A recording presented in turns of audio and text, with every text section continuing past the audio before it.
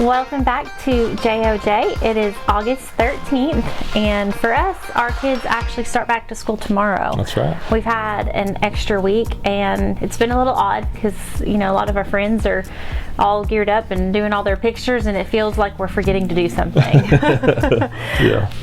But yeah. We're running behind. Yeah, so we'll start new school year, I guess technically volleyball season will start tonight because, tomorrow.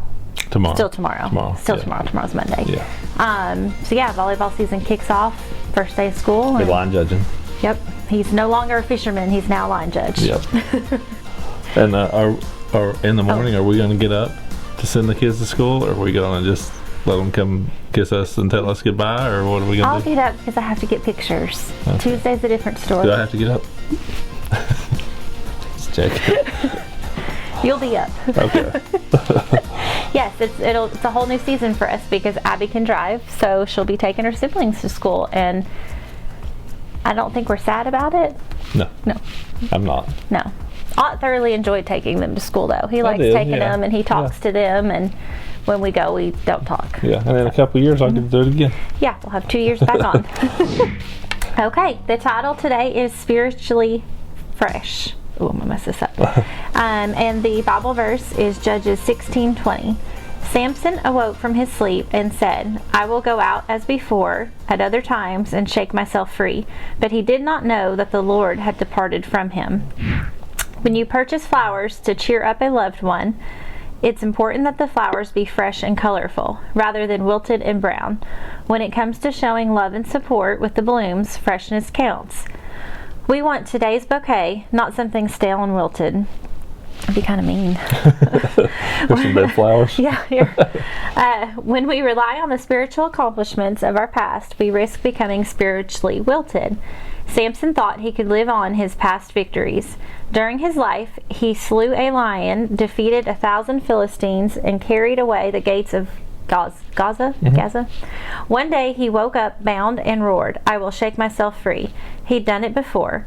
He'd do it again. But during the night the Lord had departed. Samson's spiritual strength was drained. How can you stay fresh in your Christian life? Start each day dependent on the Lord in every part of your life, your workplace, your home, your church, and your neighborhood. Ask Him each day for a fresh perspective and a new start. Seek out believers who share what they're learning and how it applies to their lives. These steps will keep your spiritual life vibrant. And then the little quote is, "Complacency is a deadly foe of all spiritual growth." A.W. Tozer. Yep. I do think of all the flowers I've ever bought, I've never bought you any dead ones, any brown or wilted ones, have I? Not that I feel like I would remember that. Yeah, I would think so. And I was kind of being sarcastic about it. Yeah, I know. I picked up on that. About the amount of flowers that I bought. But, Samson in this situation, the Lord was with him, from the time that he was born.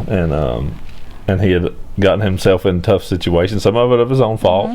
Some of it, was just places where he was at. But he was so strong. He was, had incredible strength, and he was that strength came from the Lord.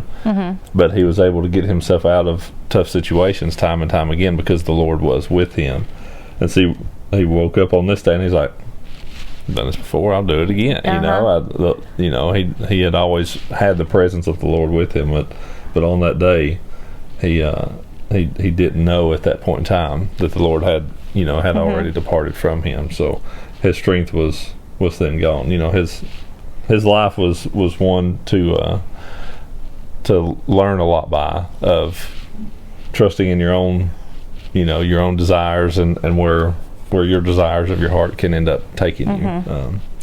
We all know that he failed pretty bad in that aspect in life. Yes, and I think it's easy, where it says, you do one good thing, it is to be dependent on, to look back on that, of like, well, I did this, or I was really good at this period, or just, a point of time, but you're slowly getting further and further and just letting God sit over here, not be here first. Which it's, kind of says, start each day, because if you don't seek God every day, then you're not, Yeah, absolutely. And I think it is important to start the day that way, because if you wait until the end of the day, it's already over with. You're about to go to bed, you're about to go to sleep, and your day's done. You can't begin your day fresh and hopefully have those words in your mind and on your heart to start the day with. If you're not doing that, then your influence throughout the day is like just whatever it's going to be at that point. And at night you're like, oh yeah, this would have been good to have started my day with. Yeah. So it is. I think it's definitely important that we, when we wake up, one of the first. It doesn't have to be the very first thing you do, but something you do pretty soon. Because he'll read first, literally not even get out of bed, and I'd have to have my eyeballs open a minute before I can read anything to take it in. I can help you. Here's a good way to do that: is you turn the slide on. No, you do that and see. Just shine that light in your eye. It'll just be JOJ with Jennie next. That's what would happen if that's the way it goes. That's probably what happened. But I do. I like to. I'll read my Bible app. The verse of the day on my phone, and then I'll read my devotional. Yes, usually before I ever even get out of bed in the morning. You get a gold star because I need to get up and focus a little bit, maybe have coffee, and then I can take it in. Yeah. But yeah, so I think that the important thing from this is to not be complacent, to always be seeking. I think I've seen quotes where it's like, if you feel like God isn't near, who's the one that's left, or something, and it's us. He's always here. It's whether we are seeking or not. Yeah, absolutely. Yeah, staying close and staying in the Word is what we need to do that. So that's the takeaway. Don't be complacent. Don't be complacent. Absolutely. Yep. Well, thank you all for watching, and we will see you back here next week.